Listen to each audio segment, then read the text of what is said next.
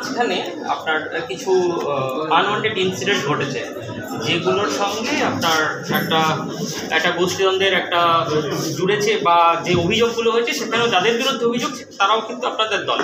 সেইটা নিয়ে কি কোনো বার্তা? এখন তো কোনোরকম রিসেন্ট হয়েছে, আপনার একটা খুন হয়েছে, বোমাবাজি হয়েছে, সেইটা নিয়ে কি কোনো বার্তা? সেটা তো পুলিশ অ্যাকশন, পুলিশ তার দায়িত্বে থাকে। যদি মার্ডার হয়ে থাকে পুলিশ তার ব্যবস্থা নেবে না। দলের পক্ষ থেকে আমার বক্তব্য, আমি দল করে বলে কেউ মার্ডার করা অধিকার আমার নাই, এটা তোমার তো বুঝতে হবে। আমি দল করে বলে কেউ খুন করতে পারি না, তার জন্য পুলিশ আছে, পুলিশ ব্যবস্থা নেবে। আরেকটা কথা, ওয়াকআপ নিয়ে প্রচুর অশান্তি। দেখুন, আমি ওয়াকআপ নিয়ে আমি যা বলার বলেছি।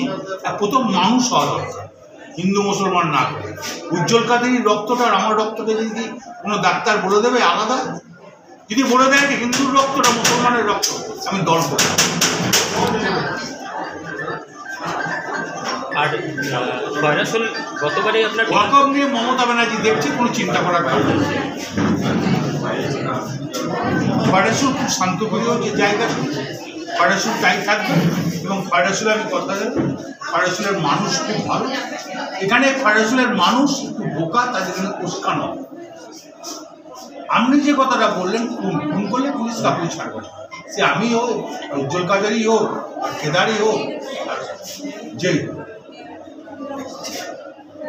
দাদা আসন্ন নির্বাচনে